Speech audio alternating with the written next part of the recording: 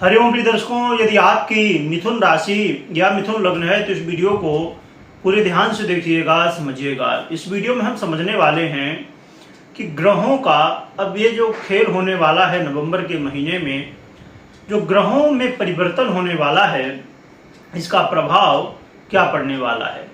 क्योंकि ग्रहों की स्थितियों में परिवर्तन होते रहते हैं और आप अलग अलग परिवर्तन के प्रभाव को सुनते हैं, तो इससे कई बार कन्फ्यूजन हो जाता है। क्योंकि कई बार उसी समय एक ग्रह, समझिए कि नवंबर के महीने में कोई ग्रह बहुत अच्छा फल दे रहा है आपको, तो कोई ग्रह बहुत बुरा फल दे रहा है। तो ये समझ पाना मुश्किल हो जाता है कि क्या होने वाला है, अच्छा होगा कि बुरा होगा। इसलिए जब मासिक राशिफल को आप देखते हैं तो उससे आपको क्लियर हो जाता है। क्योंकि मासिक राशिफल ये है नवंबर के महीने का, तो इसमें हम सभी 9 ग्रहों की चर्चा करेंगे, सभी का जो परिवर्तन होने वाला है उसकी चर्चा करेंगे और क्या प्रभाव मिलेगा, क्या उपाय करना चाहिए, ये सब कुछ हम विस्तार से समझेंगे। तो वीडियो को पूरे ध्यान से देखिएगा। आइए सबसे पहले हम समझ लेते हैं ग्रहों की स्थितियों को, उसके बाद राशिफल क्या प्रभाव सभी का मिलेगा और फिर उपाय क्या करने हैं। प्रिय दर्शकों, ग्रहों के राजा सूर्य का परिवर्तन 16 नवंबर को होने जा रहा है मंगल की राशि वृश्चिक राशि पर। तो वृश्चिक राशि पर लगभग 1 महीने तक गोचर करेंगे। चंद्रमा का परिवर्तन 2.25 दिन में होता ही रहता है। मंगल की बात करें तो मंगल इस समय अपनी नीच की राशि कर्क में गोचर कर रहे हैं, इनका राशि परिवर्तन नहीं है। और मंगल के अलावा बुध की स्थिति देखी जाए तो बुध भी इस समय मंगल की ही राशि वृश्चिक में गोचर कर रहे हैं और 26 नवंबर को ये अभी जैसे कि मार्गी अवस्था में है, तो 26 नवंबर से ये वक्री हो जाएंगे और अभी इस समय उदय अवस्था में है। 29 नवंबर से बुध अस्त हो जाएंगे, जो कि 20 अक्टूबर को उदय हुए थे। और देवगुरु बृहस्पति की स्थिति देखी जाए तो ये वृषभ राशि में ही गोचर कर रहे हैं। शुक्र 6 नवंबर 2024 को अपना परिवर्तन करेंगे, वृश्चिक राशि को छोड़ के और धनु राशि में प्रवेश कर जाएंगे। शनिदेव 15 नवंबर को मार्गी होने जा रहे हैं। अभी तक ये वक्री थे, अब ये मार्गी हो जाएंगे। राहु मीन राशि में और केतु कन्या राशि में गोचर कर रहे हैं। अब देखा जाए कि इससे कौन से योग संयोग बनेंगे, तो मुख्य रूप से बुधादित्य योग का निर्माण होगा, जो कि 16 नवंबर के बाद होगा। परंतु इसका परिणाम जो है, तो पूर्ण रूप से यदि हम बात करें कि हमें मिलना चाहिए, तो 16 नवंबर से लेके और 29 नवंबर के बीच में, यानी कि 28 तारीख तक आप पकड़ लीजिए, हमें मिलेगा। क्योंकि उसके बाद बुध अस्त हो जाएंगे और 26 से वक्री भी हो रहे हैं। इसलिए लगभग 10-26 तक यदि हम लें तो लगभग 10-12 दिनों का समय है, जो कि हमें बुधादित्य योग का फल मिलेगा। इसीलिए डेट को समझना, जानना बहुत जरूरी है कि कौन से ग्रह कब परिवर्तन कर रहे हैं।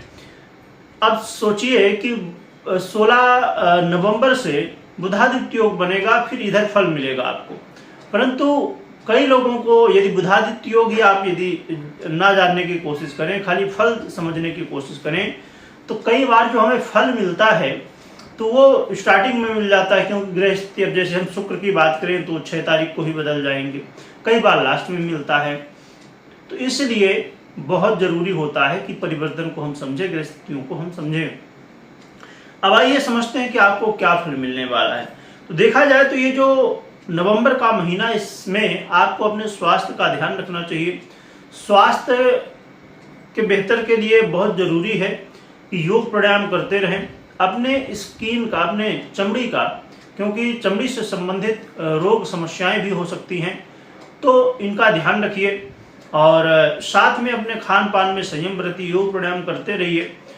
और सबसे बड़ी बात है कि अपने मन को जितना ज़्यादा स्वस्थ रखें उतना बढ़िया। क्योंकि कई बार हमारा शरीर तो स्वस्थ होता है, परंतु यदि मन स्वस्थ नहीं होता है तो हम शारीरिक स्वस्थ होने के बाद भी बहुत ज़्यादा तकलीफ महसूस करते हैं। इसलिए मानसिक स्थिति बेहतर हो, इसके लिए भी आपको प्रयास करना होगा, क्योंकि इस समय संभवतः आपको देखने को मिलेगा कि आपका मन यहाँ वहाँ भटक सकता है। विद्यार्थियों के लिए, स्टूडेंट के लिए ये समय देखा जाए तो ठीक है। इसमें जो परिवर्तन की स्थिति है ये काफ़ी ज़्यादा आपको सपोर्ट करने वाली है।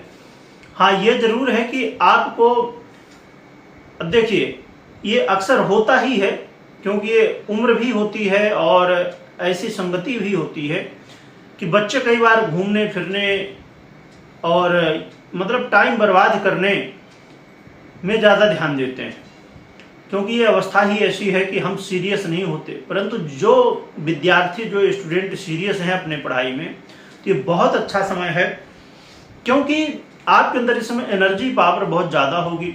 और एनर्जी आपके अंदर जब बहुत ज़्यादा होती, उस एनर्जी को आप कहाँ पर लगा रहे हैं, चाहे आप स्टूडेंट हों, चाहे आप जॉब करते हो, व्यापारी हो, या कुछ भी करते हो, यदि आप अपने एनर्जी को ये समझ गए कि कहाँ हमें लगाना है और हम कहाँ लगा रहे हैं, तो ये बहुत कुछ किया जा सकता है। हर एक व्यक्ति के अंदर बचपन से लेके वृद्ध अवस्था तक हमेशा कोई न कोई एनर्जी होती है, और सबसे ज़्यादा हमें युवा अवस्था जो हमारी होती है, उस समय हमें एनर्जी हमारे पास होती है। तो इस एनर्जी को आप यदि आज से ही विद्यार्थी हैं, स्टूडेंट हैं, तो आपके अंदर एनर्जी बहुत अच्छी है, तो इससे यदि आप सही दिशा में लगाएं, अपने पढ़ाई में लगाएं, अपने करियर में लगाएं, आपका जो भी गोल है, नौकरी करना है, व्यापार करना है, जो भी करना है जीवन में, तो उस क्षेत्र में अपनी एनर्जी को लगाइए। इसके लिए कई बार हो सकता है कि इसमें कन्फ्यूजन हो कि भाई हम एनर्जी को कैसे कंट्रोल करें। सीधा सा जो है तो एक रास्ता है कि जो भी आप अपने जीवन में करना चाहते हैं, जो भी बनना चाहते हैं, तो चाहे आप मोबाइल में देख रहे हों, चाहे आप किसी से बात कर रहे हों, चाहे किसी के साथ घूम फिर रहे हों, उठ बैठ रहे हों, यानी संगति कर रहे हों, आपके दोस्त हों, ये जो भी हों, यानी कि आपकी संगति, आपकी सोच, आपका समय वहीं पर जाना चाहिए। समझिए, किसी व्यक्ति को यदि डॉक्टर बनना है और वो स्टूडेंट है आज, और उसकी सोच है हमें डॉक्टर बनना है, तो आप यूट्यूब में भी देख रहे हो, फेसबुक में भी देख रहे हो, सोशल मीडिया में भी देख रहे हो, तो आप उन्हीं अकाउंट को फॉलो करो, उन्हीं चैनल को फॉलो करो जहाँ पर डॉक्टर से संबंधित बात हो, दवाइयों से संबंधित बात हो। आपके जो दोस्त हैं, ऐसे दोस्त बनाओ जो भी वो भी डॉक्टर बनना चाहते हो। आप अपने रिश्तेदारी में जा रहे हो घूमने फिरने, ऐसे लोगों के पास जाओ जो डॉक्टर से संबंधित काम करते हो या वैसी सोच रखते हो। आपका एक एक समय अपने लक्ष्य की ओर ही होना चाहिए, तो आप अपने जीवन में बहुत शीघ्रता के साथ उस लक्ष्य के शिखर में पहुंच सकते हैं और वो चीज़ें आप प्राप्त कर सकते हैं। इसलिए विद्यार्थियों के लिए बहुत ज़रूरी है इस चीज़ को समझना। यानी कि आप अपने जीवन को समझ लीजिए कि भले आप आज पढ़ाई कर रहे हो, परंतु आप ये समझ लो कि मैं डॉक्टर बनने के लिए भी तैयारी कर रहा हूँ, तो मेरा हर एक एक्टिविटी जो मेरी है मैं उसी तरह करूँगा जैसे कि मेरे लक्ष्य की ओर वो ले जाए। ये बड़ी महत्वपूर्ण बात है, इसे अवश्य ध्यान में रखिए, क्योंकि इस समय भटकाव की स्थिति पैदा होगी, क्योंकि यदि आपने बचा लिया तो बहुत बढ़िया। इसके अलावा देखा जाए तो दाम्पत्य जीवन, मैरिज लाइफ, तो दाम्पत्य जीवन, मैरिज लाइफ की स्थिति सामान्य है, इस पहले से बेहतर स्थिति है दाम्पत्य जीवन की, और अब सुधार भी होगा कहीं ना कहीं धीरे धीरे। एक दिन में कोई चीज़ नहीं होती, जब कोई चीज़ बिगड़ती है तो बनने में समय लगता है, बिगड़ने में बहुत कम समय लगता है, बनने में ज़्यादा समय लगता है, इसलिए अब सुधार होगा। जो लव पार्टनर है उनके लिए भी समय बहुत बेहतर है, लव पार्टनर के लिए भी बहुत बेहतर। इसलिए मैं कहूँगा कि पहले जो अवस्था थी वो काफ़ी ज़्यादा समस्याओं को आप देख रहे थे, परंतु अब सुधार हो रहा है। अब चाहे दाम्पत्य जीवन हो, चाहे लव लाइफ हो, जितनी भी प्रेम की चीज़ें हैं, तो यहाँ पर शुक्र क्योंकि पीड़ित अवस्था में बहुत ज़्यादा थे, अब धीरे धीरे बदलाव की तरफ आगे बढ़ रहे हैं और उच्च राशि की ओर बढ़ रहे हैं। ये बहुत अच्छी बात है। जो कि इस समय मीन राशि में गोचर कर रहे होंगे, तो बहुत श्रेष्ठ तो नहीं, पर फिर भी पहले से बहुत बेहतर है। व्यापारी वर्ग है, उनके लिए बहुत बेनिफिट का समय है, लाभ लेने का समय है। इसमें आप अपने व्यापार में कोई कहना चाहिए कि ऐसा लग रहा है कि कोई कमी रह गई थी, या व्यापार में कोई चेंज करना चाहिए। व्यापार में अब देखिए, क्योंकि समय बदल रहा है, और यदि हम किसी भी तरह, अब ऐसा नहीं है, कुछ लोग ऐसे हैं अभी कि जो सोशल मीडिया से दूर हैं, इंटरनेट से दूर हैं, तो उनको तो बदलने की बहुत ही आवश्यकता है। परंतु यदि आप सोशल मीडिया में भी हैं, आपका व्यापार है या जॉब करते हैं, तो आपका सोशल मीडिया जैसे यूट्यूब हो गया, फेसबुक हो गया, बहुत सारे ऐसे, तो वहाँ पर ठीक है, अकाउंट है आपका, आपकी वेबसाइट खुद की है, ये भी बहुत ज़रूरी है आज के समय में। और परंतु उसमें भी बदलाव की आवश्यकता होती है समय समय पर। जो ट्रेंड चल रहा होता है, जो मतलब एक माहौल बना होता है, उसके अनुसार भी आपको अपने अकाउंट को अपडेट करना चाहिए, और उससे संबंधित सब चीज़ें। अब मैं यहाँ सोशल मीडिया का ज्ञान देने के लिए नहीं चर्चा कर रहा हूँ, परंतु मैं जो शॉर्ट में आपको कहना चाहूँगा कि सोशल मीडिया आज के समय में बहुत ही ज़रूरी विषय हो चुका है लोगों को समझने के लिए।